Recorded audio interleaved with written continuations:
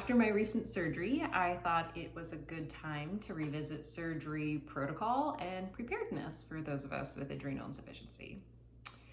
Surgery is a really big endeavor, no matter what it is or what kind of other conditions the individual is experiencing or living with. But those of us with adrenal insufficiency have even more preparedness that we need to do in order to keep our cortisol levels safe and keep us alive during surgery, because that is the goal. I'm going to include a bunch of links that the National Adrenal Diseases Foundation has that you can print out and have on hand to give to your medical staff, to keep for you, or to share with anybody on the medical team that you would like to in preparation for any surgeries that you might have. There is on the website a actual surgery protocol to follow. There's also protocol guidelines as far as stress dosing and IV administration amounts that are on there as well.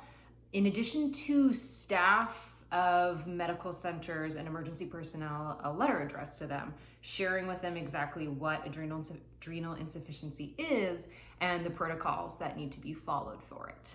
I've had 2 surgeries in the last year, I suppose, and they were both handled a little differently.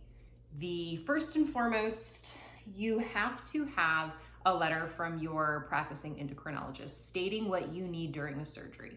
Now, that's going to range or look like a couple different things depending on what type of procedure you're having done and how long you're going to be under. But standard protocol for surgery is to be administered 100 milligrams of hydrocortisone through IV throughout the procedure. Get that in writing from your endocrinologist, because anything that deters from that wording, the medical team may follow what is written. I say this because my first surgery, my endocrinologist kind of broke it up in 2 ways, saying 25 before, 75 during. And I tried to elaborate during the surgery saying, oh no, it needs to be 100 during. And this was morning of, and everyone was very rushed. And they confirmed and demanded, I suppose is the more appropriate word, that they would only follow exactly verbatim what the letter says. So I learned on my first go around that I needed to have my letter adjusted for my endocrinologist. So this time around, my letter said exactly what I needed for my particular case with someone with adrenal insufficiency going in for spinal surgery, stating that I needed 100 milligrams via IV during the process of the surgery. That's the first thing you need. The second thing is to have, you can have emergency printout handouts from the NADF website or other organizations that you have on hand, or something that you particularly write up, or have a medical ID card.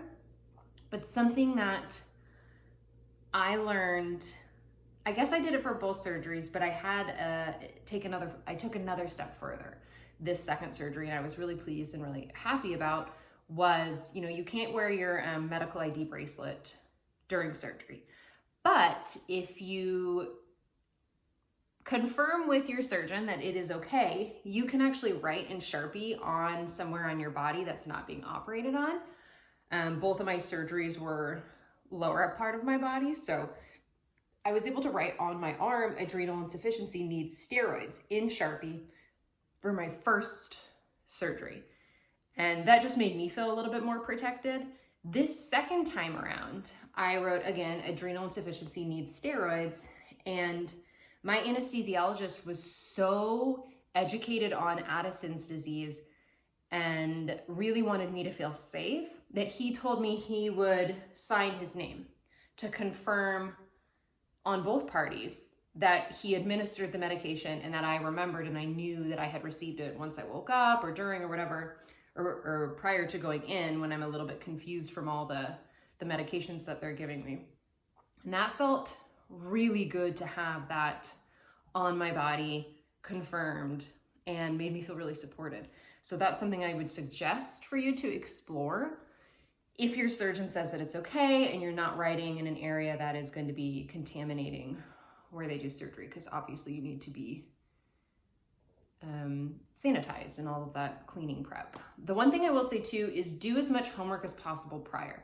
The more prepared you are, the better off you will be. It can seem a little bit daunting to gather all the paperwork or to confirm and talk to each individual party, but it's going to be worth it. First surgery, I only had one copy of everything printed and I didn't talk to everyone prior.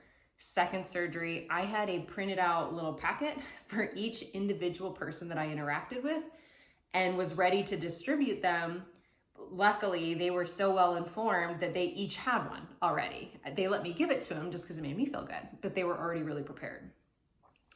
So do your prep, have your paperwork, get your notes, and then any other additional protocol that you may need, whether it's a person.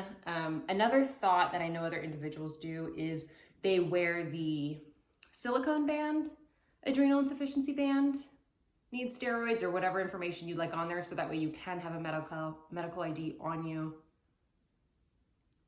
once you go in, just for safety. But those are kind of the staple, bare minimum. That's what you need. And hopefully the medical team that you're working with will follow all the protocols and all the instructions so that way you can be as safe as possible.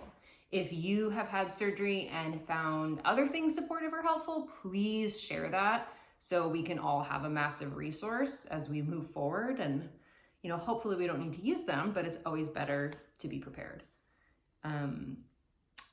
But I hope that that's helpful. And again, I'll include all of those links here because it is so important to have that information on hand and to give it to every single person when you go in for a procedure, because doing surgery is one thing, but maintaining your adrenal insufficiency during surgery is another. And we want to make sure that all parties are aligned and supported throughout it. But as always, thanks for being here. Like and love all the spoons, and I hope you have a wonderful day.